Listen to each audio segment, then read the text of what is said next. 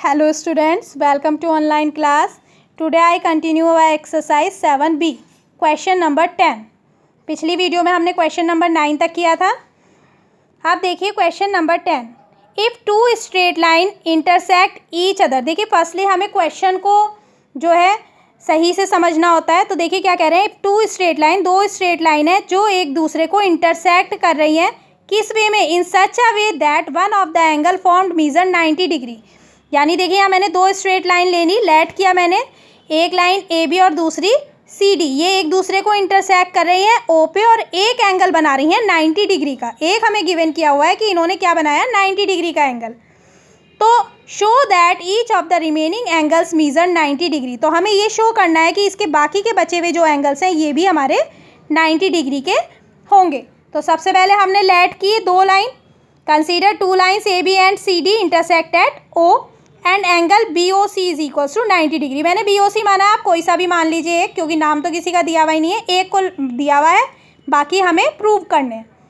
अब angle B O सी जो है किसके इक्वल होगा, एंगल ए ओ डी के, according to vertically opposite angle.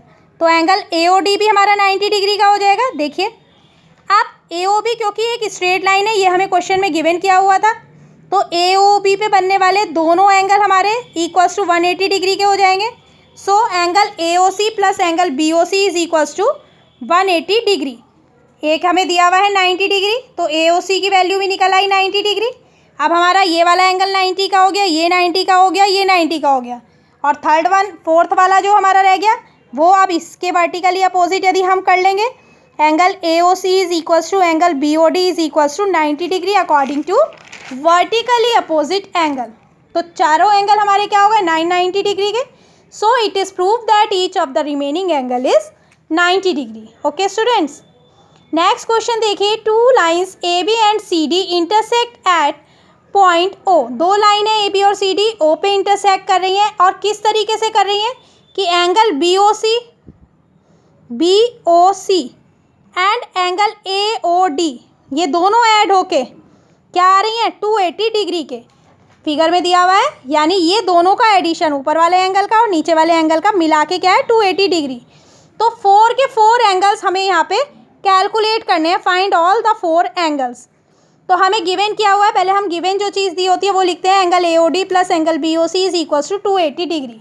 और हमें ये भी पता है कि एंगल ए ओ डी किसके इक्वल होगा, एंगल बी ओ सी के, according to vertically opposite angle, है ना. तो अब क्या करेंगे, ये हमें गिवन किया हुआ है, हमने गिवन वाली लाइन फिर लिख ली, angle A O D plus angle B O C is equals to 280 degree. और वर्टिकली अपोजिट से क्या होता है, ए ओ डी किसके इक्वल है, बी ओ सी के. तो मैंने बी ओ सी की जगह क्या लिख लिया, ए ओ डी. अब हमारे पास 2 ए ओ डी हो गए, तो 2 angle A O D is equals to 280 degree. 2 upon में चला गया 280 के, then angle A O D is equals to 140 degree. A O D 140 का हो गया, तो बी ओ सी भी 140 का हो गया. अब ये हमें क्योंकि दिया हुआ है, ये दोनों लाइन्स है स्ट्रेट लाइन, तो A O B is a straight line. So angle A O C plus angle B O C is equals to 180 degree according to linear pair. Then we put the value of angle BOC, then angle AOC is equals to 40 degree. अब angle AOC आ गया, तो ये vertically opposite से फिर निकल आएगा, angle AOC is equals to angle BOD is equals to 40 degree. तो जो चार के चारों एंगल हमसे पूछे थे वो हमारे फाइंड आउट हो गए. नेक्स्ट देखिए, two lines A B and C D intersect each other at a point O such that angle AOC ratio angle A O D. पहले तो हम अपनी फिगर में देखेंगे, दो लाइन बनाई ए बी और सी डी, ये कट किए, और देखिए क्या कौन कौन से दे रहे हैं, ए ओ सी और ए ओ डी, यानी एक लाइन पे बनने वाले दोनों एंगल का रेशो दिया हुआ है 5:7. तो लीनियर पेयर से क्या हो जाएगा, इसे पहले 5x मानेंगे और इसे 7x. लेट कर लिया हमने. इसके बाद लीनियर पेयर लगाएंगे, angle A O C plus angle A O D is equals to 180 degree. So x की वैल्यू आ गई 15 डिग्री. अब ये दोनों एंगल फाइंड आउट कर लीजिए. 5 into 15 75 degree and 7 into 15 105 degree. अब ये दोनों एंगल तो फाइंड हो गए, बाकी के दोनों कैसे फाइंड होंगे, वर्टिकली अपोजिट से. एंगल ए ओ डी किसके इक्वल होगा, एंगल बी ओ सी के, और एंगल ए ओ सी किसके इक्वल होगा, एंगल बी ओ डी के. So the value of angle AOC is equals to 75 degree and angle BOD is equals to 75 degree, दोनों vertically opposite है। इसी तरीके से angle AOD is equals to 105 degree and angle BOC is equals to 105 degree.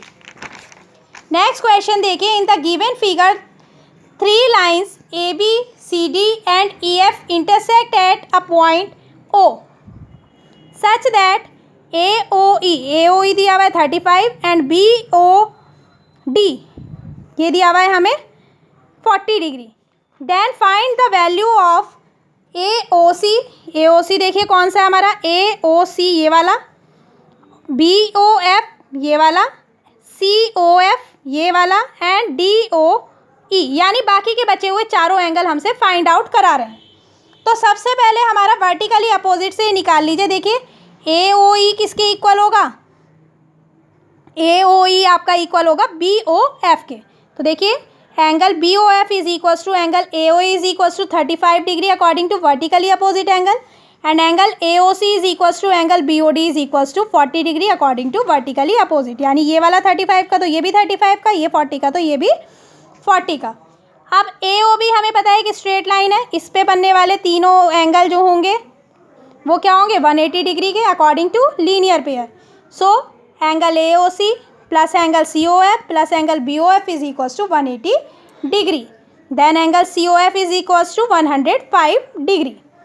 अब क्योंकि angle COF हमने निकाल लिया तो ये इसके अकॉर्डिंग क्या होगा, वर्टिकली अपोजिट से क्या हो जाएगा, ये एंगल इक्वल हो जाएगा। So angle DO is also 105 degree. Clear है स्टूडेंट्स? बिल्कुल नेक्स्ट क्वेश्चन भी इसी के जैसा है। देखिए यहाँ एक फिगर दी हुई है, एक एंगल दिया है, बाकी के तीनों पूछे हैं। तो पहले हम एक एंगल की वैल्यू स्ट्रेट लाइन से अकॉर्डिंग टू लीनियर पेयर से x की वैल्यू निकाल लेंगे, 180 में से 125 को माइनस करके 55 डिग्री आ गई। देन वर्टिकली अपोजिट से x और z इक्वल होंगे और y एंड 125 इक्वल होंगे। So the value of y is equals to 125 degree and the value of z is equals to 55 degree. Okay students, next question देखिए, ये proof that के हैं, थोड़ा ध्यान से देखिए इसको। हमें पहले फर्स्टली क्वेश्चन अच्छे से समझना चाहिए। If two straight line intersect each other, यदि दो स्ट्रेट लाइन है एक दूसरे को इंटरसेक्ट कर रही हैं, then prove that the ray opposite the bisector of one the angle, यानी एक एंगल का यदि हमने बाइसेक्टर किया, सपोज करिए हमारे पास ये दो लाइन है AB और CD, ठीक है। अब इसमें से किसी एक एंगल का बाइसेक्टर कर लिया, मैंने इसका बाइसेक्टर कर लिया। बाइसेक्टर मतलब टू इक्वल पार्ट्स में डिवाइड करना। बाइसेक्ट और इंटरसेक्ट का मैंने डिफरेंस पीछे बताया था। तो ये देखिए यहाँ मैंने बाइसेक्टर कर लिया एक रे से OE से। हम आगे क्या कह रहे हैं, then the ray opposite the bisector of one the angle so form bisect the vertically opposite angle. तो दूसरी तरफ यदि उस रे को बढ़ा दिया जाए तो जो सामने वाला एंगल है वो क्या होगा, आपका वो एंगल भी आपस में बाइसेक्ट होगा। तो यहाँ देखिए फर्स्टली हमने क्या किया, लेट AB एंड CD दो लाइन मान ली, लेट कर ली, और OE जो है हमें क्वेश्चन में दिया हुआ है कि OE जो बाइसेक्ट कर रही है वो किसी एक एंगल को कर रही है, तो मैंने AOC को एक लाइन से बाइसेक्ट कर दिया। अब मैंने लेट कर लिया इस वाले एंगल की वैल्यू 1, इसकी 2, इसकी 3 और इसकी 4। आपने मन से लेट कर लिया, अभी नहीं पता कौन सा किसके इक्वल है। अब कंस्ट्रक्शन से इस लाइन के अपोजिट एक रे हमें बढ़ानी है। देखो इधर मैंने OF को बढ़ाया है, तो कंस्ट्रक्शन में लिखा है draw OF in the opposite direction of OE। OE के अपोजिट डायरेक्शन में मैंने OF को बढ़ाया है। अब जब हमने इसे बढ़ाया, इसके अपोजिट डायरेक्शन में बढ़ाया, तो EOF एक स्ट्रेट लाइन हो गई है ना। तो एंगल 1 जो है एंगल 4 के इक्वल हो जाएगा according to vertically opposite angle. तो angle 1 is equals to angle 4 और angle 2 is equals to angle 3। ये वर्टिकली अपोजिट से हुआ। अब क्योंकि इस लाइन को तो मैंने खुद ही बनाया था इसका बाइसेक्टर, तो एंगल 1 एंगल 2 के इक्वल होगा, ये हमारे क्वेश्चन में गिवन था।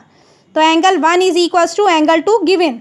जब 1 2 के इक्वल है तो 1 की वैल्यू क्या है 4 और 2 की वैल्यू क्या है 3। तो एंगल 4 और एंगल 3 भी आपस में इक्वल होंगे।